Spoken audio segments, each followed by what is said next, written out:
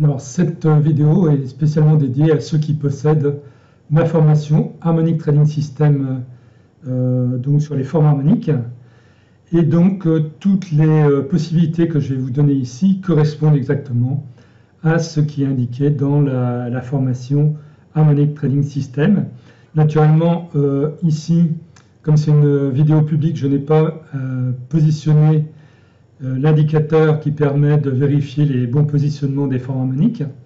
Mais donc, si vous possédez la formation Harmonic Trading System, eh bien, vous regardez par rapport donc à ce fameux indicateur et vous verrez que ça correspond bien à ce qui est indiqué dans la formation.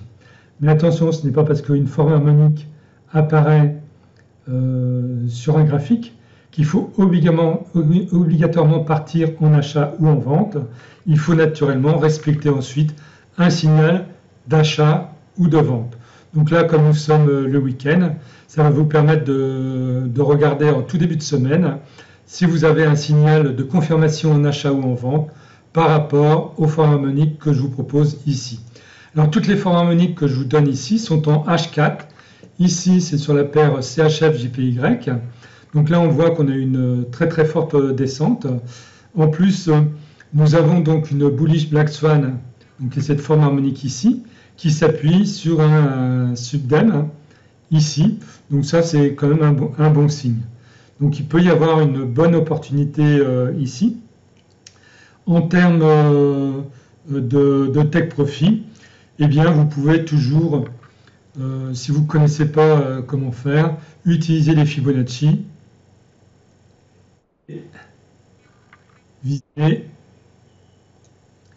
un retour sur 38,2 ou sur 50 ou sur 61,8 des Fibonacci.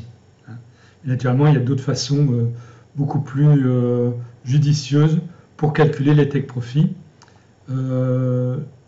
Pour ceux qui possèdent ma formation Harmonic Trading System, eh bien, vous référez donc à ce que je vous indique dans cette formation. Alors, la deuxième forme harmonique va être sur la paire Euro-CHF, toujours en H4. Donc, c'est une Bearish Deep Crab 2. Donc là, ce qui est intéressant, elle est vraiment parfaite. Hein. Vous voyez, vous avez un 618 d'extension ici, deux 618 d'extension là. Il y a vraiment beaucoup de bonnes dispositions, on dirait, pour cette forme harmonique. Alors, je répète, elle correspond par rapport au positionnement de l'indicateur que je vous donne dans l'information.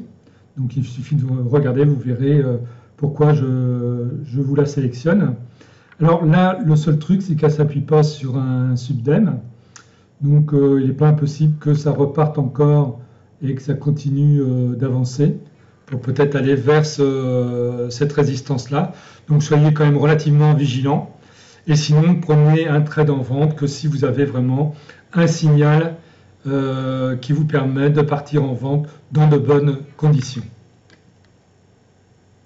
Alors, en termes d'objectifs, hein, par rapport à ce style de forme harmonique-là, là, vous avez un bon objectif qui est le croisement des deux, on va dire des deux ailes du crabe, donc qui est situé à 0,99 147. Ici, ça peut être un bon objectif.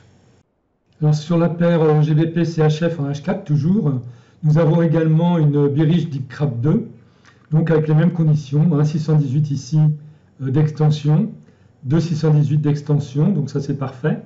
De plus, au niveau du point D, donc le point D, je vous rappelle, est ici, nous avons un rejet très net ici, donc ça c'est intéressant.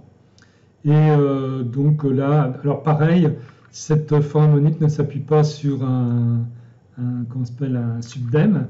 Nous avons un subdem au-dessus, une résistance qui a été retestée 5 fois au-dessus, donc restez prudent.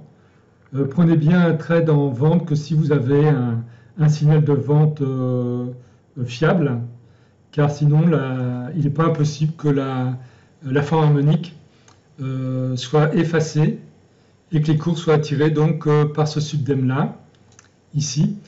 Et au niveau du positionnement de la forme harmonique par rapport à la formation Harmonic Trading System, donc, et l'indicateur de positionnement, eh bien là le positionnement est parfait. Donc à suivre donc de près. Alors nous allons passer maintenant à la forme harmonique sur la paire GBP-JPY toujours en H4. Donc ici nous avons affaire à une bullish Shark 5. Alors là ce qui est intéressant c'est qu'elle s'appuie sur un subdem. Donc ça c'est assez intéressant. Les données sont bonnes, il y a une bonne descente ici. Donc là il y a peut-être possibilité de faire un trade en achat.